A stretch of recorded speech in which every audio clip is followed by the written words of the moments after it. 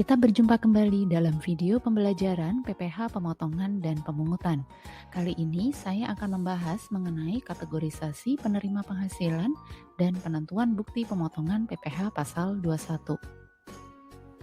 Dengan mengetahui kategori penerima penghasilan untuk keperluan pemotongan PPh pasal 21, kita selanjutnya akan dapat mengidentifikasi secara tepat bukti pemotongan PPh pasal 21 mana yang harus dipakai dalam pemotongan PPh pasal 21. Sesuai ketentuan pasal 21 Undang-Undang PPh, penghasilan sehubungan dengan pekerjaan, jasa, atau kegiatan yang dilakukan oleh WP orang pribadi wajib dilakukan pemotongan PPh oleh pemberi kerja, instansi pemerintah, dan pihak-pihak lain yang diatur. Nah, untuk keperluan pemotongan PPh pasal 21, pemotong harus menentukan terlebih dahulu kategori yang tepat untuk setiap penerima penghasilan. Mengapa ini penting? Karena penentuan kategori tersebut akan mempengaruhi mekanisme penghitungan PPh pasal 21 yang harus dipotong untuk setiap penerima penghasilan. Yuk kita lihat dulu kategori penerima penghasilan untuk keperluan penghitungan PPh pasal 21. Kategori pertama yaitu pegawai tetap. Siapa yang dimaksud sebagai pegawai tetap? Mereka yang menerima atau memperoleh penghasilan dalam jumlah tertentu secara teratur. Penentuan ini tidak memperhatikan apakah terdapat perjanjian tertulis ataupun tidak, ataupun nomenklatur dari suatu jabatan tidak serta-merta mencerminkan apakah suatu pegawai merupakan pegawai tetap atau tidak. Coba perhatikan contoh-contoh pegawai tetap untuk tujuan perhitungan PPh pasal 21 berikut ini.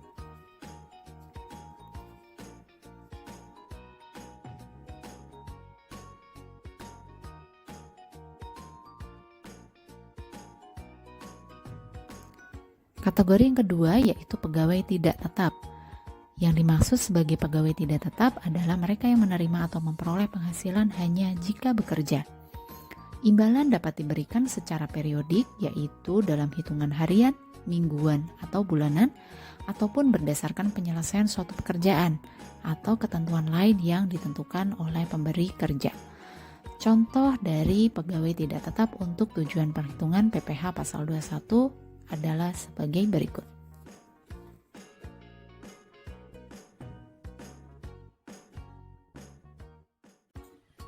Kategori ketiga adalah bukan pegawai.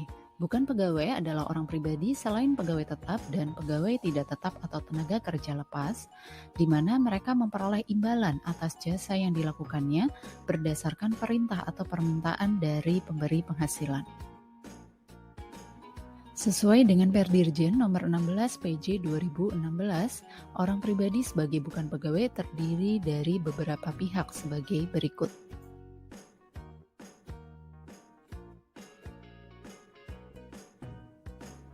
Kategori penerima penghasilan selanjutnya yaitu peserta kegiatan.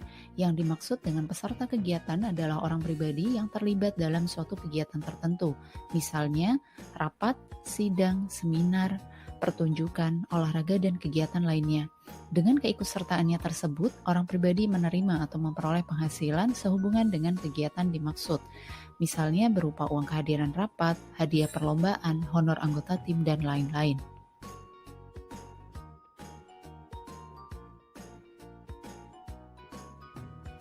Kategori kelima yaitu penerima penghasilan lainnya. Dalam kategori ini terdapat 3 penerima penghasilan. Pertama, anggota Dewan Komisaris atau pengawas yang bukan pegawai tetap. Mereka akan dikenakan PPh pasal 21 atas honorarium atau imbalan yang bersifat tidak teratur. Kedua, mantan pegawai dikenakan PPh pasal 21 atas jasa produksi, tantiem, gratifikasi, bonus, atau imbalan tidak teratur lainnya. Ketiga, peserta program pensiun yang masih berstatus sebagai pegawai. Mereka menerima penghasilan yang dikenakan PPh pasal 21 berupa penarikan dana pensiun dari dana pensiun yang pendiriannya telah disahkan oleh Menteri Keuangan. Berbeda dengan kategori penerima penghasilan sebelumnya yang dikenakan PPh pasal 21 yang bersifat tidak final, penerima penghasilan dalam 2 kategori yang akan saya sebutkan dikenakan PPh pasal 21 yang bersifat final. Pertama, mereka yang menerima penghasilan berupa uang pesangon, uang manfaat pensiun, jaminan hari tua, tunjangan hari tua yang dibayarkan sekaligus. Apa yang dimaksud dengan dibayarkan sekaligus?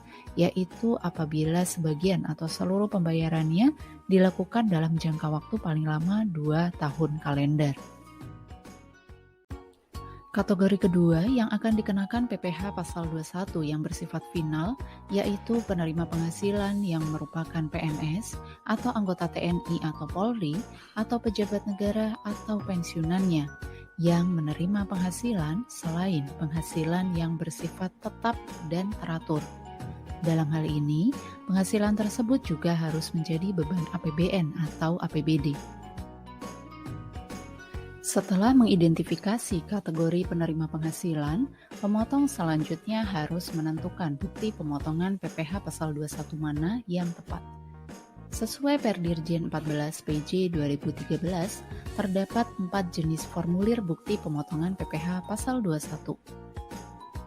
Jika penerima penghasilan dikategorikan sebagai pegawai tetap, formulir yang digunakan adalah 1721A2 untuk PNS atau anggota TNI atau Polri atau pejabat negara atau pensiunannya. Sementara itu, pegawai tetap lainnya akan menggunakan formulir 1721A1. Berikutnya, formulir 1721 6 Romawi diperuntukkan bagi penerima penghasilan yang dikategorikan selain sebagai pegawai tetap dan dikenakan PPh Pasal 21 yang bersifat tidak final. Terakhir, formulir 1721 7 Romawi diperuntukkan bagi kategori penerima penghasilan yang dikenakan PPh Pasal 21 yang bersifat final. Khusus untuk formulir 1721A1 dan 1721A2, pemotong harus menyerahkannya kepada pihak yang dipotong paling lama 1 bulan setelah tahun kalender berakhir, atau paling lama 1 bulan setelah yang bersangkutan berhenti bekerja.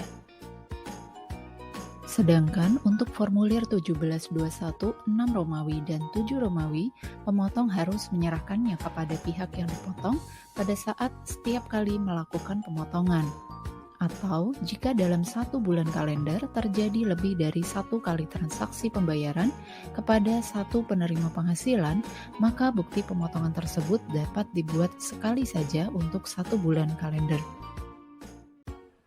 PT Prasasti yang melakukan pembayaran gaji dan bonus kepada Pak Danu karyawannya akan mengkategorikannya sebagai pegawai tetap, sehingga formulir BUPOT yang tepat adalah 1721A1. Ingat, Pak Danu adalah karyawan swasta, namun BUPOT ini baru akan dibuat setelah masa pajak terakhir dalam tahun kalender dimaksud, jika Pak Danu tetap bekerja di PT Prasasti hingga akhir tahun kalender. Sedangkan Bu Santi akan dikategorikan sebagai bukan pegawai karena hanya menerima penghasilan atas jasa pembuatan desain interior sesuai kontrak dengan PT Prasasti. Jadi, PT Prasasti selaku pemotong akan memberikan BUPOT berupa formulir 1721 6 Romawi kepada Bu Santi pada saat melakukan pemotongan. Pada contoh berikutnya, Pemkot Semarang selaku pemotong akan mengkategorikan Pak Hilmi sebagai PNS penerima penghasilan yang menjadi beban APBD, baik atas dibayarkannya THR maupun honor tim reformasi birokrasi. Ingat ya, kedua penghasilan tersebut dibayarkan oleh Pemkot Semarang sehingga merupakan beban APBD, serta tidak termasuk penghasilan yang sifatnya tetap dan teratur. Selanjutnya, karena keduanya dikenakan PPh Pasal 21 yang sifatnya final, formulir bukti pemotongan yang seharusnya digunakan adalah 1721 7 Romawi. Apa yang dapat kita simpulkan? Pertama, karakteristik perolehan dan penerimaan penghasilan adalah kunci dalam penentuan kategori yang tepat. Karyawan swasta misalnya, atas gaji dan bonus yang diterimanya akan dikategorikan sebagai pegawai tetap. Sementara itu, jika karyawan tersebut juga menerima uang representasi rapat, maka dalam melakukan pemotongan PPh Pasal 21 atas uang rapat dimaksud, ia dikategorikan sebagai peserta kegiatan. Kedua, penentuan formulir BUPOT yang tepat mengacu pada kategori penerima penghasilan yang bersangkutan. Terima kasih dan sampai jumpa pada video pembelajaran berikutnya.